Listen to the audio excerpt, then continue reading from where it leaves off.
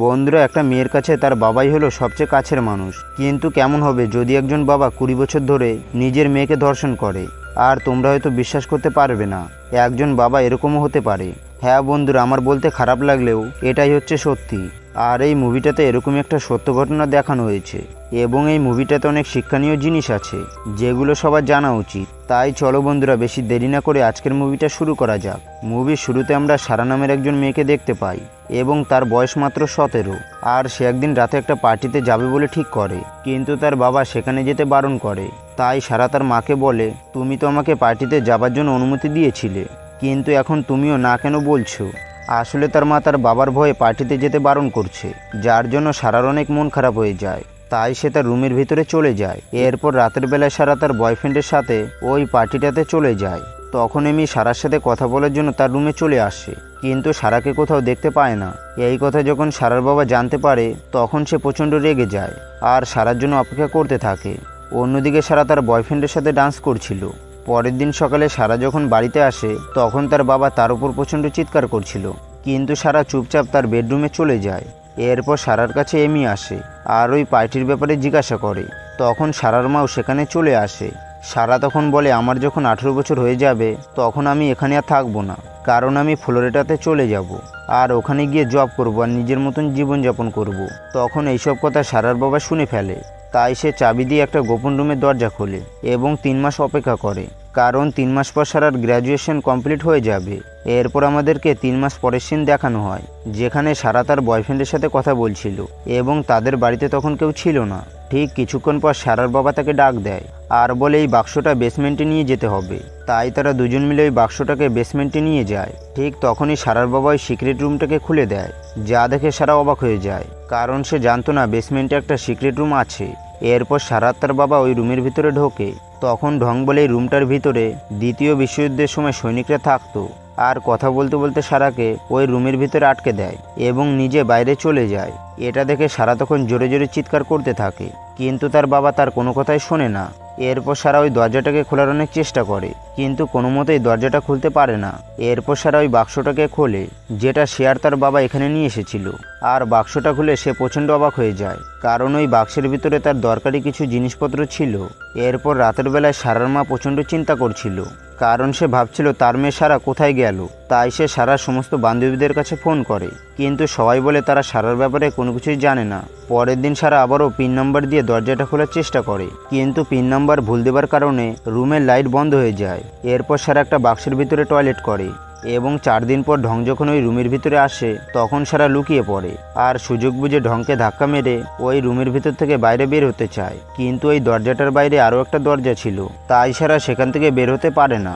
এরপর ঢং সারা চুল ধরে টানতে টানতে ওই রুমের ভিতরে নিয়ে আসে আর বলে, তোমার যা যা প্রয়োজন আমি সব কিছুই দেবো, এমনকি তোমাকে এখান থেকে ছেড়েও দেবো, কিন্তু তার পরিবর্তে আমার কিছু কথা শুনতে হবে। কিন্তু সারা এসব কিছু মানতে রাজি হয় না। তাই ঢং রেগে গিয়ে সারাকে রেপ করে দেয়।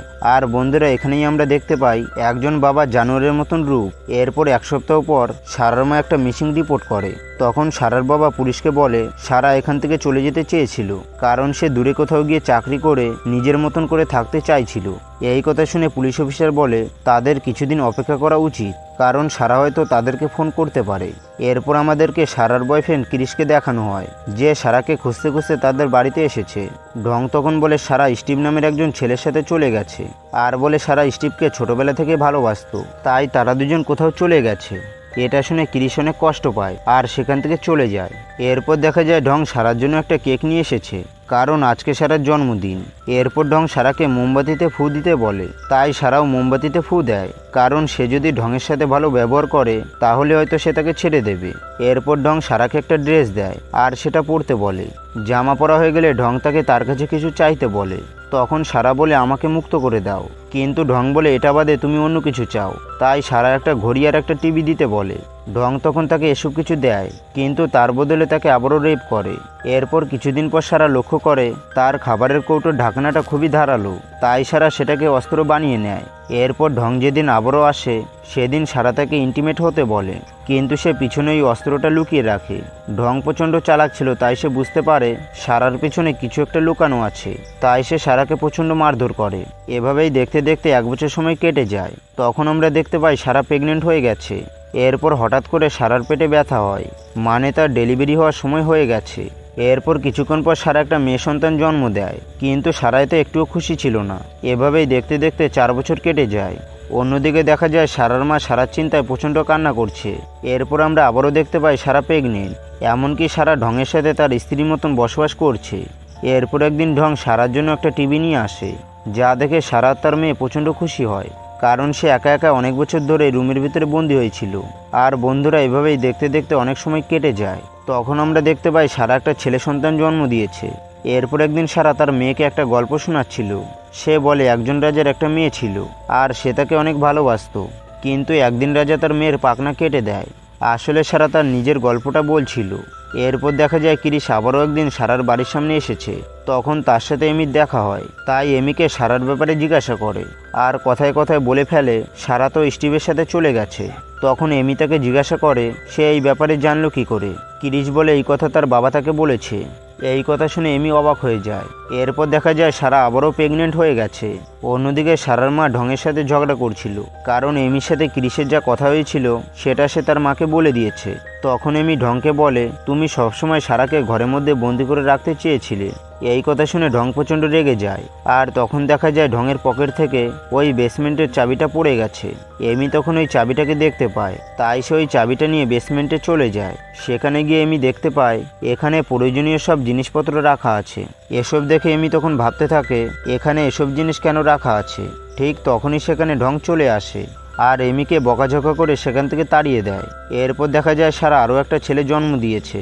ঢং যখন ওই ছেলেটাকে দেখতে আসে তখন সারা তাকে রিকোয়েস্ট করে এই বাচ্চাটাকে তার মায়ের কাছে রেখে আসার জন্য, কারণ সারা চায় তার এই বাচ্চাটা যেন ভালোভাবে মানুষ হোক। এই জন্য ঢং সারার ওই বাচ্চাটাকে রিনির ঘরের দরজার সামনে রেখে আসে, যা দেখে রিনি ঘর থেকে বাইরে বেরোয় এবং বাচ্চাটার পাশে একটা চিঠি দেখতে পায়, যেখানে লেখা ছিল ডিয়ার মম, এটা আমার বাচ্চা, আর আমাদের কাছে অত টাকা পয়সা না থাকার কারণে আমরা তাকে মানুষ করতে পারছি না, তাই এটা তোমার কাছে রেখে গেলাম। যা দেখে রিনি প্রচণ্ড কষ্ট পায় আর ওই বাচ্চাটাকে নিয়ে ঘরের মধ্যে চলে যায়। ঠিক তখনই ঢং সেখানে আরও একটা চিঠি দেখতে পায়, যেখানে লেখা ছিল বাবা আমাকে বেসমেন্টে আটকে রেখেছে। যা দেখে ঢং প্রচণ্ড রেগে যায় এবং সারার কাছে গিয়ে তাকে শাস্তি দেয়।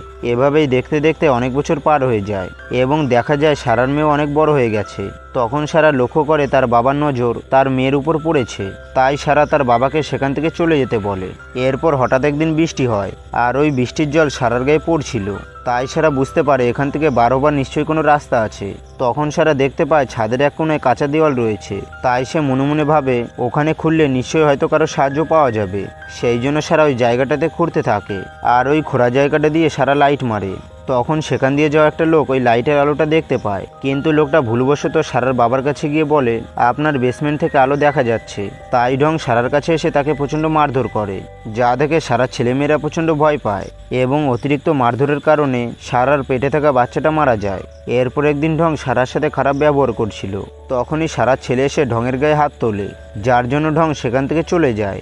এরপর কিছুদিন পর ঢঙের চাকরি চলে যায়, আর তার সমস্ত টাকা সারা তার বাচ্চাদের পিছনে খরচ হয়ে গিয়েছিল। তাই রিনি তাকে জিজ্ঞাসা করে তার সমস্ত টাকা কিভাবে শেষ হয়ে গেছে। অন্যদিকে সারা দেয়ালের কিছু অংশ ভেঙে ফেলে। এরপর দেখা যায় ঢঙের কাছে ঘর ছাড়ার জন্য নোটিশ এসেছে, কারণ সে ঘরের ইএমআই টাকা দিতে পারছিল না। তাই সে মনে মনে ঠিক করে সারা তার ছেলেমেয়েদেরকে মেরে ফেলবে। সেই জন্য ঢং একটা পাইপ ওই রুমের ভিতরে ঢোকায়। আসলে ঢং গাড়ির স্মোক দিয়ে তাদেরকে মেরে ফেলবে। তখন সেখানে টমাস চলে আসে, সেই জন্য ঢং বাধ্য হয়ে গাড়িটা বন্ধ করে দেয়। এরপর দেখা যায় সারার মেয়ের প্রচণ্ড শরীর খারাপ হয়েছে, তাই সারা ঢংকে রিকোয়েস্ট করে হাসপাতালে নিয়ে যাওয়ার জন্য, কিন্তু ঢং তাদেরকে বাইরে নিয়ে আসলেও সে মাইককে ওই ঘরের মধ্যে বন্দি করে রাখে। এরপর ঢং মিলিকে হাসপাতালে নিয়ে আসে, আর অনেক কষ্টে ডাক্তার মিলিকে বাঁচিয়ে নেয়। ঠিক তখনই একজন নার্স আসে আর সারাকে একটা ফর্ম ফিল আপ করতে বলে, কিন্তু সারা এতদিন পর বাইরে এসেছিল বলে সে প্রচণ্ড ইমোশনাল হয়ে পড়ে, তাই তার চোখের জলে ফর্মটা ভিজে যায়। এরপর ঢং যখন একটা নতুন ফর্ম আনতে যায় তখন সুযোগ বুঝে সারা ওই নার্সের কাছে চলে যায়, কিন্তু ঢং তার পিছন পিছন যেতে শুরু করে, যার কারণে সারা নার্সকে জড়িয়ে ধরে বলে প্লিজ আমাকে বাঁচাও। আর ওই হসপিটালে একজন পুলিশ অফিসার ছিল যে ঢংকে গিয়ে ধরে ফেলে। এরপর সারা পুলিশকে ঢংয়ের ব্যাপারে সবকিছু বলে দেয়, যার জন্য পুলিশ ঢংকে গ্রেপ্তার করে। কিছুদিন পর দেখা যায় 3 ভাই বোন মিলে খেলা করছে, আর সারা তার মায়ের সাথে বাইরে বসে আছে। ঠিক তখনই সেখানে ক্রিস আসে এবং ক্রিস এখনো পর্যন্ত বিয়ে করেনি, কারণ সে এখনো সারাকে ভালোবাসতো। ক্রিসকে দেখে তখন সারা প্রচন্ড খুশি হয়। এরপর তারা দুজন মিলে বাইকে করে ঘুরতে বেরোয়। আর বন্ধুরা, এর সাথে সাথে এই মুভির গল্পটা শেষ হয়ে যায়। তো বন্ধুরা, তোমাদের এই মুভির গল্পটা কেমন লাগলো সেটা কমেন্ট বক্সে এসে বলে যাবে। আর ভিডিওটা যদি একটু ভালো লেগে থাকে তাহলে একটা লাইক দিয়ে চ্যানেলটাকে অবশ্যই সাবস্ক্রাইব করে রাখবে। তো বন্ধুরা, আবারও দেখা হবে নতুন একটা মুভির এক্সপ্লেন ভিডিও নিয়ে।